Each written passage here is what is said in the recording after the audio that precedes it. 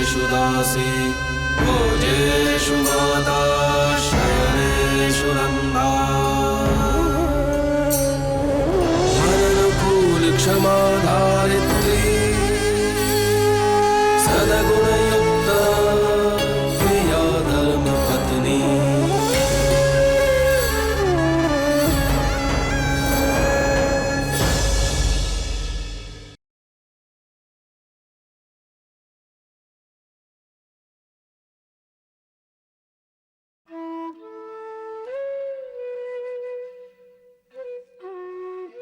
तू तो जानती है कि धर्मराज ने आजीवन न्याय के पलड़े को अपने सुख, अपने प्राण और अपने परिवार से ऊपर उठाकर रखा है, पर आज मैं वो भार उठा नहीं सका। हार गया मैं। अपनी संतान के भाग्य का निर्णय मैंने किसी पराये के हाथ में दे दिया। आज मैं धर्मपुर का सरपंच नहीं, बस एक विवश बाप बनकर रह गया। न्याय और निर्णय अब जो कुछ भी हो सुभद्रा, उसका सामना करने की शक्ति देना मुझे।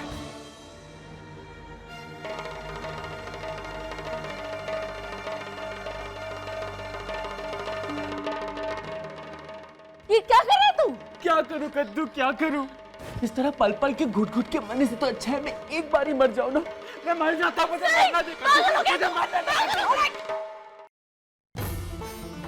मर जाना चाहता है तू? हाँ? अरे जन्म घुट्टी पिलाई है मैंने तुझे इन हाथों से। अब तू इतना बड़ा हो गया कि ये मरने की गोली खा रहा है अपने हाथों से। हाँ? एक चढ़ा के ढूंढी ना।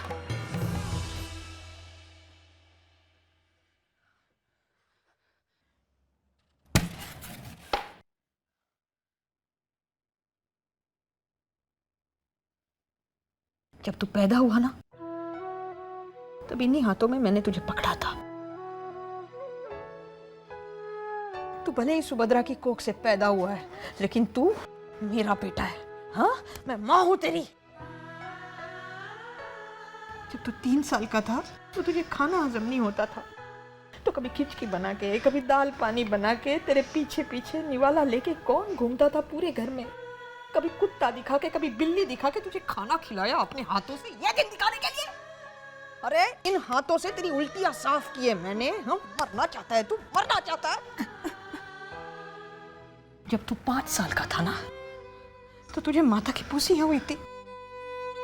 तो ये मंदिर जा, वो हकीम के पास जा, वो डॉक्टर के पास जा। किसने किया ये सब? हाँ, मैंने किया। क्यों किया? जब तू ठीक हो गया तो नंगे पांव चली थी मैं मंदिर तक। तो करता है मरने की। जानता है तू? हाँ, मेरे पीछे लोग क्या क्या बोलते हैं। तारुलता को औलाद नहीं हुई ना, इसलिए प्यार करती है। लेकिन सच्चाई जानता है तू? जानता है? जब तू छोटा था ना, तो परियों की कहानी सुनते सुनते मेरे गोदी में सो जाता था, मेरा आंचल हाथ में लिए। जब सुभद्रा गई उस रात भी तू ऐसे ही सोया था। भूल से मैंने मेरा आंचल तेरे हाथ से निकालना चाहा, तो फूट फूट कर रोने लगा तू मेरी गोद में। तारू भाई, आप तो मुझे छोड़ के मत जाओ। तारू भाई, आप तो मुझे छोड़ के मत जाओ। किस लिए? हाँ, किस लिए? किस लिए ये मरने की दवाई खाकर तू छोड़ जाना चाहता है मुझे? इसलिए? हाँ, मरना चाहता है? मुझे नींद नहीं आ रही तरुण भाई, मुझे नींद नहीं आ रही है तरुण भाई। तुझे नींद इसलिए नहीं आती क्योंकि तुझे फांसी का फंदा दिखाई दे रहा है। कादम्बरी, बोल इसे कि जब से ये मैंने सुना है ना, तब से मैं सूली पे लटक रही हूँ, और ये मरने की बात कर रहा है। हाँ, मरने की बात कर रहा है, मरने की बात कर रहा है तू। हाँ, मरने की बात कर रहा है तू। मुझे बहुत डर लग रहा है तरुण भाई, मुझे ना पापा छोड़ेंगे नहीं तरुण भाई, मुझे बचा लो तरुण भाई, मैं मरना नहीं चाहता तरुण भाई, मुझे बचा लो तरुण भाई, मुझे ना पापा सबके सामने फांसी दे देंगे। मेरी बात सुन। तुझे मुझ पर विश्वास है? हाँ? है ना? जिस नानका के लिए सारे जग से लड़ी थी मैं, अब उसी से लड़ जाऊंगी मैं तेरे लिए। हाँ? क्योंकि अगर तुझे कुछ हो गया ना तो मैं मर जाऊंगी। हाँ?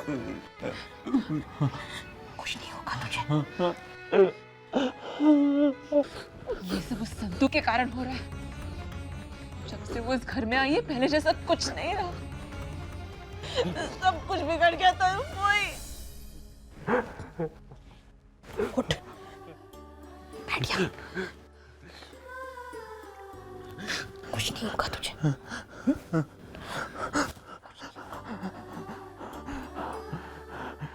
कादम्बरी, इसके साथ ही रहना बेटा।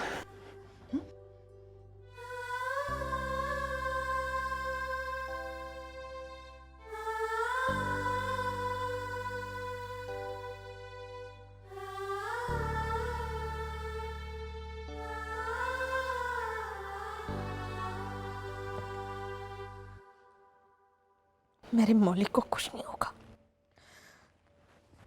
कुछ नहीं होगा उसे। बेनबा, अगर आप बुरा ना माने तो एक बात कहूँ। देख, इस वक्त मेरा दिमाग ठिकाने पे नहीं है।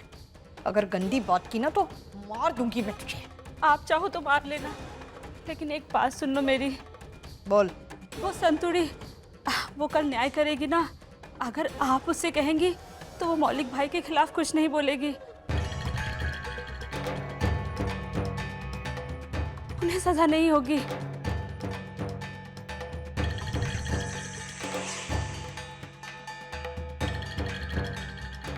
बात हो गई तेरी, निकल।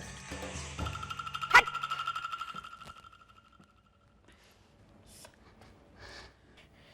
संतुड़ी,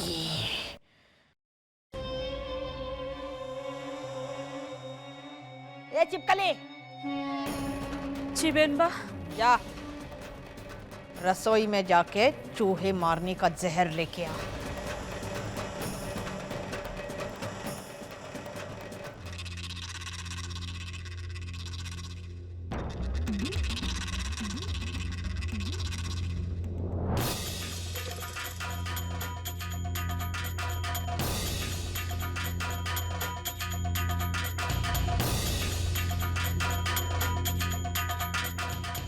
बेनबा,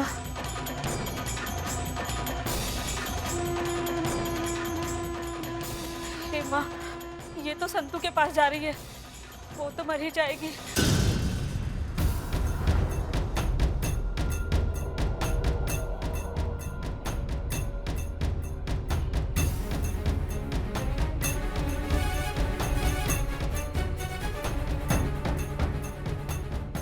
बिंबा, ये चूहे मारने का जहर है।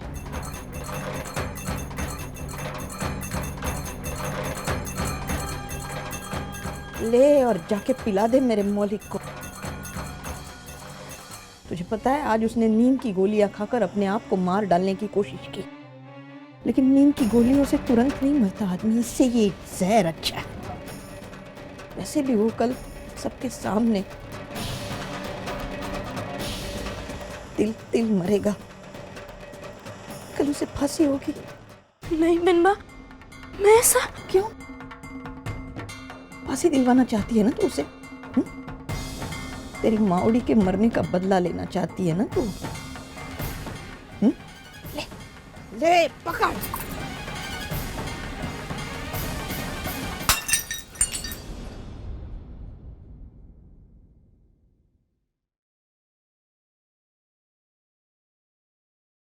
मैंने कभी तुझे न इस परिवार का माना है न अब मानती हूं, लेकिन नानका ने धर्मपुर के सामने तुझे माहिया वंशी परिवार का सदस्य कहा है। उस नाते ही से ही मेरे मौलिक को बचा ले। खुश हो रही है ना तू मुझे ऐसे टूटा हुआ देखकर? एक बात कहती हूं तुझसे, हम माहिया वंशियों के लिए उनके आत्मसम्मान से बढ़कर कीमती चीज कोई नहीं। लेकिन आज ये दारुलता मैया वंशी अपने सम्मान को एक तरफ रखकर एक औरत, एक मां बनकर तुझसे भीख मांगती है अपने बेटे की। फिर मौलिक को बचा ले।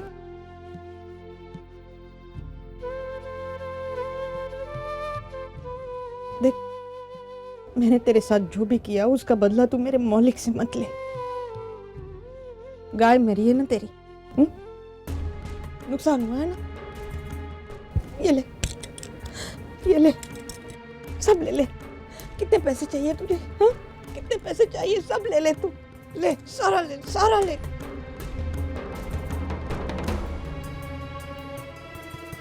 मेरे बच्चे को छोड़ दे।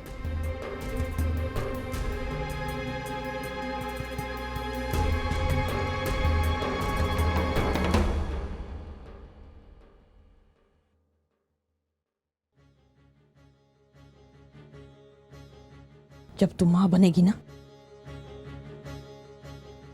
तब तुझे समझ में आएगा कि मां की आंखों के सामने उसका बेटा अगर दुनिया से चला जाए तो क्या पीड़ा होती है। हर औरत के अंदर एक मां होती है। कल तू जो भी फैसला लेगी, मैं ये दुआ करूंगी कि वो फैसला तू एक औरत बन के नहीं, एक मां बन के करेगी।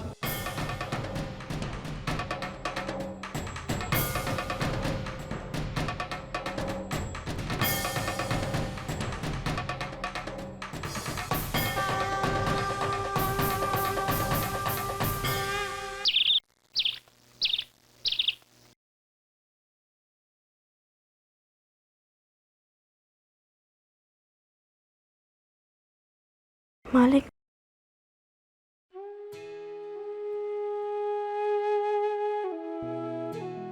बोल, શું કામ છે?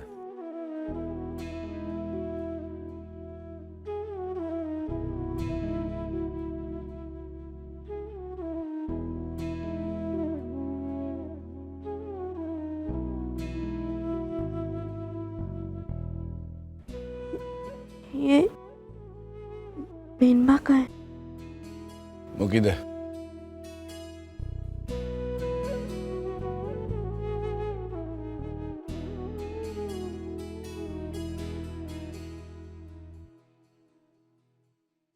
मालिक, आपसे एक बात पूछनी थी। मालिक, आपने मुझे इतना बड़ा दायित्व क्यों सौंपा? मुझे इस दुविधा में क्यों डाला? दुविधा कैसी?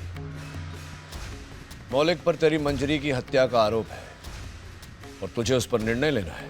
पर पंचायत के सामने मैं आपकी जगह कैसे ले पाऊंगी? और मौलिक भाई के लिए? मौलिक तेरे परिवार का दोषी है।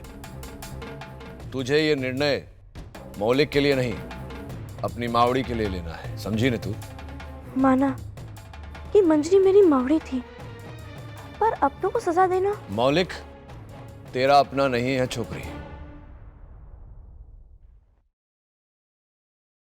ठीक है, पर किसी का तो है। और मालिक, मैंने देखा है कि घर में मौलिक भाई को सब कितना चाहते हैं। मैं तो मौलिक भाई को सजा दे दूंगी, पर इस घर की गुनहगार बन जाऊंगी। आटलू याद रख जा छोकरी, तुझे न्याय करना है। न्याय भावनाओं से नहीं होता।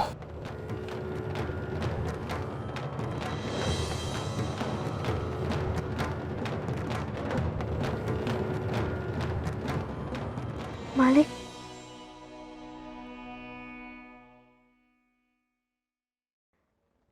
इतनी बड़ी दुविधा, इतना बड़ा दायित्व।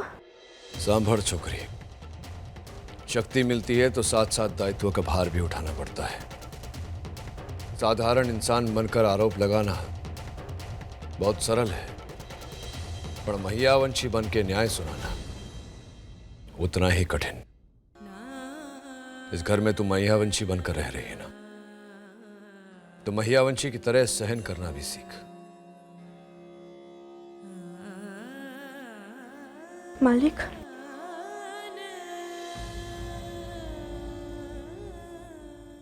मुझे आशीर्वाद दीजिए कि मैं न्याय कर सकूं।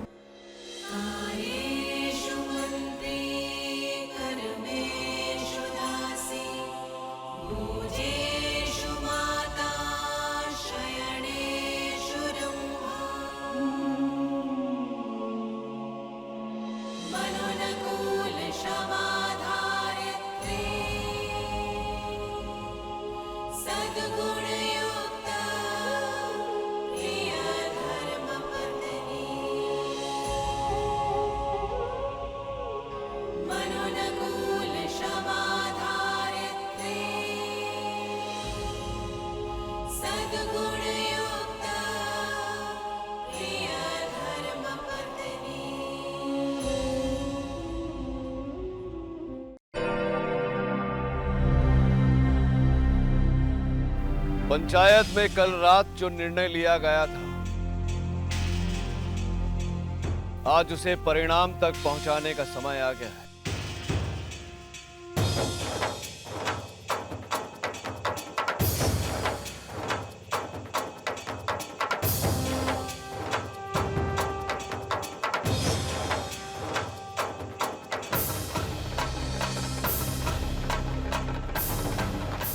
अब महियावंशी खानदान का मान और इस कुर्सी के न्याय की आन तेरे हाथों में है छोकरी।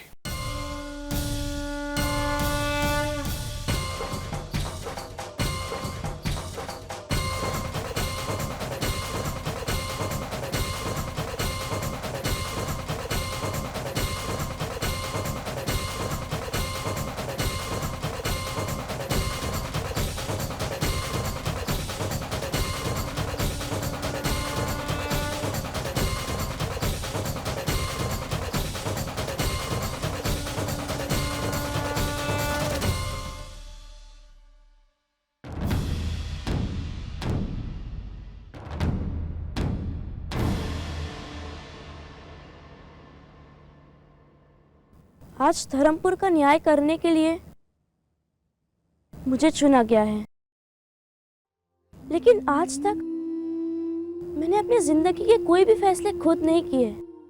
मेरे फैसले मेरे नाना जी लेते आए हैं। अब सबके मन में यही सवाल होगा कि मैं क्या सजा दूंगी। नाना जी कहते थे कि आज तक धर्मपुर में न्याय का एक ही नियम रहा है, हाथ के बदले हाथ, आंख के बदले आंख और जान के बदले जान।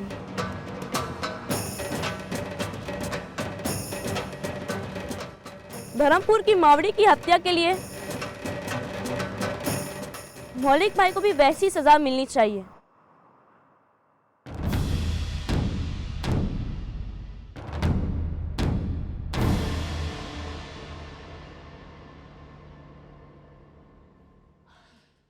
महियावंशी परिवार के मुखिया ने तुम्हें यह न्याय की कुर्सी दी, लेकिन यह कैसा न्याय है?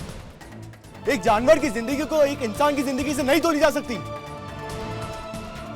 मानता हूं कि मेरे भाई से गलती हुई है, पर अनजाने से हुई भूल को तो भगवान भी माफ कर देता है। अरे माफ कर दो इसे। देख लिया नाम का न्याय की ताकत इस लड़की को देकर तूने कितनी बड़ी भूल की है। देख, तू अब भी मौलिक को बचा सकता है। वापस ले ले ये न्याय का अधिकार इससे। क्या सोच कर तूने इसे न्याय का अधिकार दिया नानका? क्यों? सोच कर नहीं मोटी बहन, देख कर अधिकार दिया है। उसकी आंखों में मैंने वो सच्चाई देखी है जिसमें भले बुरे की पहचान है। मैंने उस छोकरी के हाथों में निर्णय करने का अधिकार इस कारण दिया क्योंकि मुझे लगा कि मैं निष्पक्ष न्याय नहीं कर पाऊंगा। जितना बोलना था बोल दिया, अब न्याय की कुर्सी बोलेगी।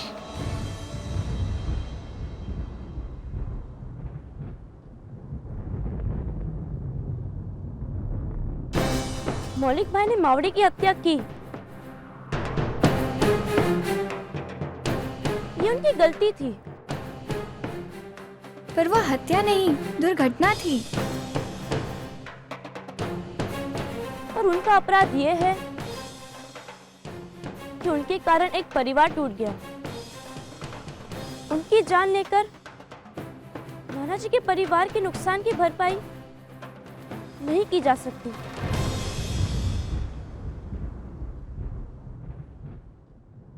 किसी ने किसी से कुछ छीना हो तो उसे उसके अपनों से छीन लेना न्याय नहीं होता है।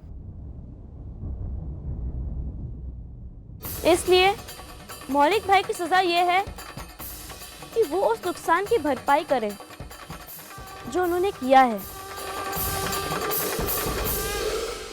उन्होंने नाना जी के परिवार का एक सदस्य छीना है, उन्हें वो लौटाना होगा, वो प्यार लौटाना होगा जो हम सबको मावड़ी से मिलता था। पर ये होगा कैसे? कैसे होगा?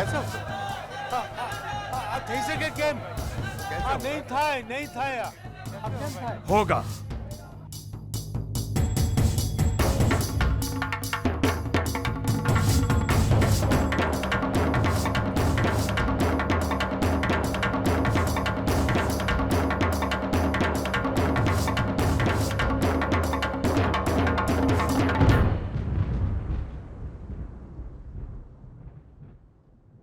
इस छोकरी ने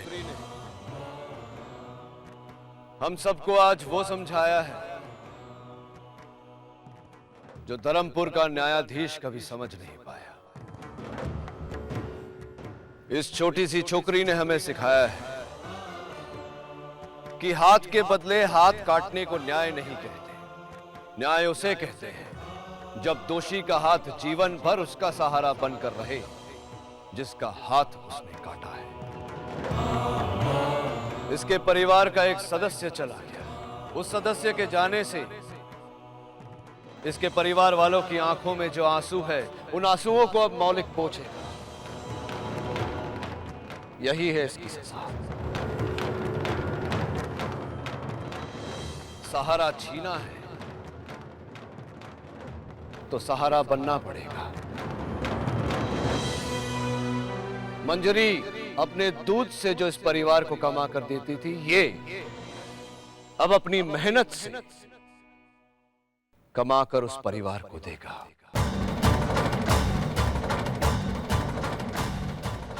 प्यार छीना है,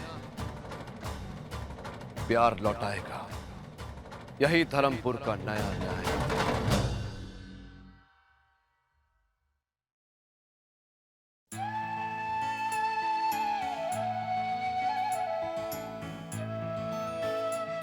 दो महीने तक मौलिक धर्मराज महियावंशी इस छोकरी के परिवार के साथ रहेगा और अपना दंड भुगतेगा।